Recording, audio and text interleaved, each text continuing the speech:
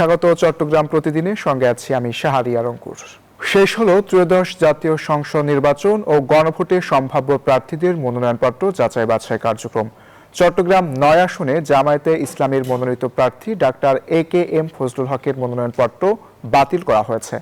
চট্টগ্রাম বিভাগীয় কমিশনার ও returning officer যাচাই বাছাই শেষে এই সিদ্ধান্ত ঘোষণা করেন। অন্যদিকে একই আসনে বিএনপি মনোনীত প্রার্থী আবু সুফিয়ানের মনোনয়নপত্র বৈধ ঘোষণা করা হয়েছে। অন্যদিকে ফেনীর ৩টি আসনে দায়েরকৃত ৩৫টি মনোনয়নপত্র যাচাই বাছাই শেষে ২২ জনের মনোনয়নপত্র বৈধ ও ১২ জনের মনোনয়নপত্র বাতিল করা হয়েছে। এ সময় বিএনপি চেয়ারপারসন ও সাবেক প্রধানমন্ত্রী বেগম খালেদা জিয়ার মৃত্যুতে ফেনী ১ আসনে তার মনোনয়নপত্রটি স্থগিত ঘোষণা করা হয়। এছাড়াও ফেনী ১ আসনে ৩ জন, ফেনী ২ আসনে ৫ জন ও ফেনী ৩ আসনে ৪ জনের মনোনয়নপত্র বাতিল ঘোষণা করা হয়েছে। বাকি ২২ জনের প্রার্থিতা বৈধ ঘোষণা করেন রিটার্নিং কর্মকর্তা। ত্রয়োদশ জাতীয় সংসদ নির্বাচনে কক্সবাজার ৪ আসনের বিএনপি মনোনীত প্রার্থী শাহজাহান চৌধুরীকে নির্বাচন থেকে সরে দাঁড়াতে কাফনের কাপড় ও উড়ো চিঠিতে সরাসরি প্রাণনাশের হুমকি দেওয়া হয়েছে। দুপুরে ডাকযোগে চিঠি হাতে পান শাহজাহান চৌধুরী। খামের ভেতর থাকা চিঠিতে তারিখ দেয়া ২৩ ডিসেম্বর ২০২৫। চিঠিতে তাকে নির্বাচনে অংশগ্রহণ থেকে বিরত থাকার অনুরোধ জানানো হয়। একই সঙ্গে নির্বাচন না ছাড়লে ভয়াবহ পরিণতির হুঁশিয়ারও দেওয়া হয়। এ ঘটনায় এলাকায় চরম উদ্বেগ ও চাঞ্চল্যকর সৃষ্টি হয়েছে। এদিকে হুমকির বিষয়টি জানার পর তাৎক্ষণিকভাবে শাহজাহান চৌধুরীর সঙ্গে ফোনে কথা বলেন বিএনপির চেয়ারপারসন তারেক রহমান। ২৪ ঘন্টায় আমার কিলিং স্কোয়াড আপনার নজরদারিতে আছে, এই কথাও বলেছেন। আমি এটা উকিয়া থানাতে জিডি করেছি। মাননীয় চেয়ারম্যান তারেক রহমান সাহেব আমাকে টেলিফোন করে খোঁজখবর নিয়েছেন এবং আমাকে তিনি সাহস দিয়েছেন। দেশে স্বাভাবিক, সুন্দর, শান্তিপূর্ণ নির্বাচন অনুষ্ঠিত হবে বলে আশা প্রকাশ করেছেন বিএনপির যুগ্ম মহাসচিব ও লক্ষ্মীপুর ৩ আসনের সংসদ সদস্য প্রার্থী শহীদ উদ্দিন চৌধুরী আনি। বিকেলে লক্ষ্মীপুর সদর উপজেলার উত্তর জয়পুর ইউনিয়নের বিএনপির প্রয়াত নেতাকর্মী ও স্থানীয় গণমাধ্যমের প্রয়াত ব্যক্তিদের কবর জিয়ারত শেষে নির্বাচনী হালচাল নিয়ে তিনি এমন আশা প্রকাশ করেন। বলেন, বর্তমানে সর্বত্রই জনসংযোগে স্বতঃস্ফূর্তভাবে এলাকাবাসী প্রার্থীদের সঙ্গে যুক্ত হচ্ছেন। তাই আগামী নির্বাচন সকলের সমান অংশগ্রহণে অবাধ, নিরপেক্ষ ও শান্তিপূর্ণভাবে অনুষ্ঠিত হবে। এ সময় তিনি সদস্য প্রয়াত বিএনপি চেয়ারপারসন বেগম খালেদা জিয়ার প্রসঙ্গ তুলে বলেন, সারা জীবন তিনি দেশ ও দেশের মানুষের জন্য আন্দোলন সংগ্রাম করেছেন। মিথ্যা মামলায় সাজাপ্রাপ্ত হয়ে কারাবদ্ধ ছিলেন। নির্বাচন ভোটের জন্য আন্দোলন সংগ্রাম করে শেষ পর্যন্ত মৃত্যুর মাধ্যমে তিনি বাংলার জনগণের কাছ থেকে বিদায় নিয়েছেন। আমরা তার আত্মার মাগফিরাত কামনা করছি। স্বতঃস্ফূর্তভাবে মানুষ আমাদেরকে সমর্থন দিচ্ছেন। এর আগেও আমি নির্বাচিত প্রতিনিধি ছিলাম। আশা করি এই এলাকার মানুষ আমাকে সে অবস্থানে আবার নিয়ে যাওয়ার চেষ্টা করি, কারণ আমি তাদের পক্ষে কথা বলেছি, তাদের পাশে ছিলাম, এখনো আছি, ভবিষ্যতে থাকবো ইনশাআল্লাহ। চট্টগ্রাম বন্দরের এনসিটি ও লালদিয়ারচর টার্মিনাল সহ বিভিন্ন স্থাপনা বিদেশিদের হাতে ইজারা দেওয়ার সিদ্ধান্ত জাতীয় স্বার্থবিরোধী, এমন মন্তব্য করেছেন অর্থনীতিবিদ আনু মাহমুদ। রবিবার চট্টগ্রাম প্রেস ক্লাব মিলনায়তনে এক মতবিনিময় সভায় একথা বলেন তিনি। দেশীয় বিনিয়োগকারীদের হাতে বন্দর নিরাপদ বলছেন বন্দর বাঁচাও আন্দোলনকারীরা। চট্টগ্রাম থেকে নয়ন বড়ুয়া রিপোর্ট। চট্টগ্রাম বন্দরে এনসিটি ও লালদিয়ারচর টার্মিনাল সহ বিভিন্ন স্থাপনা বিদেশিদের হাতে হস্তান্তর প্রক্রিয়ার প্রতিবাদে গেল কয়েকদিন ধরে নানা কর্মসূচি পালন করছে শ্রমিক কর্মচারী ঐক্য পরিষদ সহ বন্দর বাঁচাও আন্দোলনকারীরা। একই ধারাবাহিকতায় রবিবার চট্টগ্রাম প্রেস ক্লাব মিলনায়তনে মত বিনিময় সভায় প্রধান অতিথির বক্তব্যে অর্থনীতিবিদ আনু মোহাম্মদ বলেন, নির্বাচনের তফসিল ঘোষণা করা হয়েছে, কাজে বন্দর বিদেশিদের হাতে দেওয়ার আর কোনো সুযোগ নেই অন্তর্বর্তী সরকারের। নির্বাচন তফসিল ঘোষণা করার পর তো তার আরো কোনো অধিকার নাই, এটা নিয়ে কোনো কথাই বলতে পারে। সুতরাং চট্টগ্রাম বন্দর নিয়ে যা কিছু, কোনো ধরনের বিদেশি কোম্পানির সাথে কোনো ধরনের চুক্তির কোনো তৎপরতা এখন সম্পূর্ণ বন্ধ রাখতে হবে, এমন সিদ্ধান্ত থেকে সরে আসার আহ্বান জানান এই অর্থনীতিবিদ। কোন ধরনের জাতীয় স্বার্থবিরোধী চুক্তি জনগণকে না জানিয়ে, অস্বচ্ছতা দিয়ে, গোপনীয়তা দিয়ে কোনো ধরনের তৎপরতা চালানো যাবে না। এবং অন্তর্বর্তী সরকার এই ধরনের যে সমস্ত কাজ করেছে, এটার জন্য তাদেরকে জবাবদিহির মধ্যে আসতে হবে। চট্টগ্রাম বন্দরের নিরাপত্তা ও অর্থনৈতিক নিয়ন্ত্রণ বিদেশিদের হাতে গেলে তা দেশের দীর্ঘমেয়াদী স্বার্থকে ক্ষতিগ্রস্ত করবে বললেন বন্দর বাঁচাও আন্দোলনকারীরা। মংলা এবং মাতার বাড়িতে যদি জাহাজগুলো ওখানে থেকে যায় তাহলে আপনার লালদিয়াতে কম সংখ্যক জাহাজ আসবে এবং লালদিয়া থেকে নিউমোরিংয়ে আরও কম সংখ্যক যাবে। এই পরিস্থিতিতে অনুমান করছে অর্থনৈতিক বিশেষজ্ঞরা যে তাতে নিউমোরিংটা বাতিল হয়ে যাবে এবং লালদিয়াও ঠিকমতো চলবে না এবং এই দুইটা শ্বেতহস্তি আমাদের তখন পালতে হবে। আরো বলা হবে যদি আমরা সচেতন না হই, আন্দোলন মুখর না হই, এই মুহূর্তে আন্দোলন মুখর হয়ে এদেরকে বন্ধ করতে হবে, স্তব্ধ করে দিতে হবে, না হলে এটাকে আরো বড় হয়ে বিদেশি নয় দেশীয় বিনিয়োগকারীদের হাতে বন্দর নিরাপদ এমন অভিমত তাদের। নয়ন বড়ুয়া জয়, নিউজ 24, চট্টগ্রাম। বিএনপি নির্বাচনী পরিচালনা কমিটি কথা বলছে, আমরা সরাসরি চলে যাচ্ছি এখানে।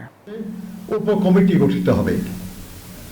আমরা তাদেরকে অনুরোধ করেছি যে সেই উপকমিটিতে কারা থাকতে পারেন সেটার একটা প্রস্তাবনা আমাদের কাছে আগামী 2 দিনের মধ্যে দেওয়ার জন্য। এরপরে আমরা আলোচনা করে সেই উপকমিটিগুলি চূড়ান্ত করব এবং তারা কাজ আরো সক্রিয়ভাবে শুরু করবেন। আমরা অনেক বিষয়ে নির্বাচন সংশ্লিষ্ট অনেক বিষয়ে আলোচনা হয়েছে আমাদের। কিভাবে আমরা আমাদের প্রার্থীদেরকে সহযোগিতা করতে পারব, কিভাবে শান্তিপূর্ণ, অবাধ এবং সুষ্ঠু একটা নির্বাচন অনুষ্ঠানে আমরা ভূমিকা পালন করতে পারব, কিভাবে ভোটারদেরকে যথাসময়ে ভোট কেন্দ্রে উপস্থিত হতে আমরা উদ্দীপ্ত করতে পারব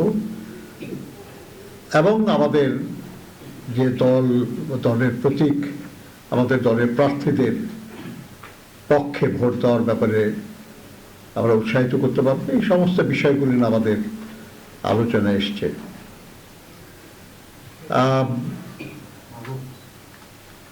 এবং এই বিষয়গুলি অ্যাড্রেস করার জন্য আমাদের যে উপকমিটিগুলি তারা তাদের সংশ্লিষ্ট বিষয়ে কাজ করবেন, আমাদের পরামর্শ দেবেন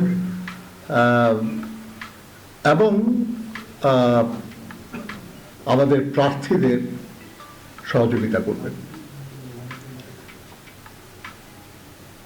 আপনারা জানেন যে বাংলাদেশ জাতীয়তাবাদী দলই সেই প্রধান সংগঠন যারা বরাবর যথাসম্ভব দ্রুত জাতীয় সংসদ নির্বাচনের জন্য দাবি জানিয়েছে। কেউ কেউ অভিযোগ করেন যে নির্বাচন হলেই বিএনপি ক্ষমতায় যাবে, সেই জন্য বিএনপি তাড়াতাড়ি নির্বাচন চায়। দেশের সবচেয়ে জনপ্রিয় রাজনৈতিক দল হিসাবে অবশ্যই বিএনপির রাষ্ট্র পরিচালনার দায়িত্ব পাওয়ার সম্ভাবনা আছে, উজ্জ্বল সম্ভাবনা আছে, কিন্তু সেই কারণে আমরা নির্বাচন চাই নাই। আমরা দীর্ঘ 16 বছর ধরে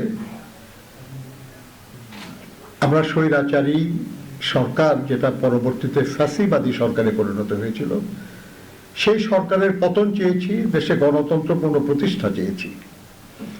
আমরা যে এক দফা দাবির আন্দোলন করছিলাম সেটা ছিল ফ্যাসিস্ট সরকারের পতন এবং নির্দলীয় নিরপেক্ষ সরকারের অধীনে জাতীয় সংসদের নির্বাচন। 2024 সালের জুলাই আগস্টের গণঅভ্যুত্থানের মাধ্যমে আমরা ফ্যাসিস্ট সরকারকে বিদায় করতে পেরেছি, কিন্তু দেশে গণতন্ত্র পুনঃপ্রতিষ্ঠা হয় নাই। গণতন্ত্র পুনঃপ্রতিষ্ঠা শুধুই একটা অবাধ সুষ্ঠু নির্বাচনের মাধ্যমে, জনগণের ভোটের মাধ্যমে, জনগণের সমর্থনের দ্বারা পুনঃপ্রতিষ্ঠা হতে পারে। সেই কারণেই আমরা বারবার নির্বাচনের কথা বলেছি। বিএনপির ইতিহাস তো এটাই। আমরা একদলীয় বাকশাল শাসনের অবসান করে বহুদলীয় গণতন্ত্র ফিরে পেয়েছি বিএনপির প্রতিষ্ঠাতা শহীদ রাষ্ট্রপতি জিয়া রহমানের হাত ধরে। এরপরে এরশাদের সামরিক স্বৈর শাসন, সেটার বিরুদ্ধে অবিরাম লড়াই করে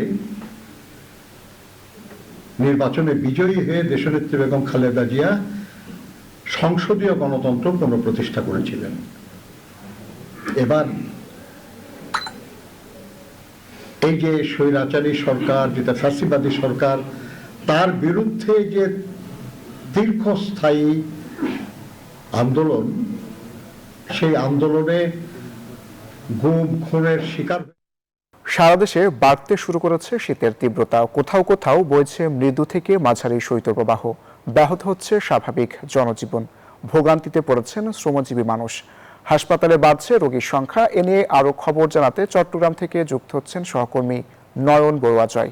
জয়, চট্টগ্রামের শীতের প্রভাব কেমন দেখছেন? কি তথ্য আছে সর্বশেষ আমাদেরকে জানাবেন।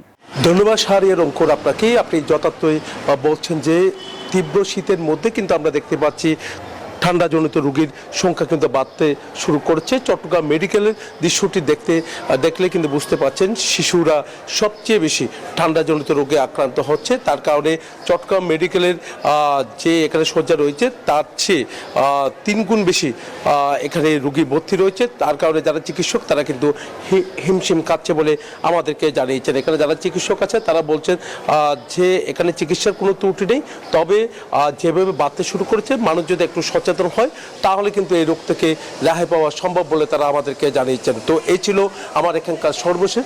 ফিরে যাচ্ছে আমার সহকর্মী, অপেক্ষা করছেন নোয়াখালীতে সোহাগের কাছে। আমরা সোহাগ থেকে একটু জানবো সেখানে আছেন যে শীতজনিত শীত বস্ত্রের জন্য কিন্তু আসলে যে মানুষের যে একটা হাহাকার কেমন করে কিন্তু ক্রেতারা ভিড় করছেন তা আমরা একটু জানবো সোহাগের কাছ থেকে।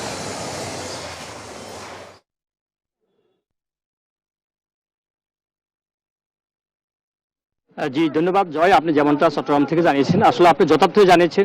আপনি চট্টগ্রামের পাশাপাশি নোয়াখালীতেও আসলে গত 5 দিন থেকে আসলে শীতের প্রকোপ বাড়ছে। এখন বিশেষ করে এখানে শিশু এবং বিদ্যুতের ভিতরে বেশি প্রভাব পড়ছে এবং এই শীতের কারণে আসলে গরম কাপড়েরও চাহিদা বাড়ছে নোয়াখালীতে। আমি আপনাকে একটু দেখাই যে আপনি দেখছেন যে এখানে বিভিন্ন স্টলগুলো এবং বিভিন্ন হকার্স মার্কেট এবং বিভিন্ন দোকানে আপনার যে শীতের কাপড়ের চাহিদা বাড়ছে এবং বিশেষ করে সকাল এবং সন্ধ্যা আসলে মানুষের ভিতরে বেশি।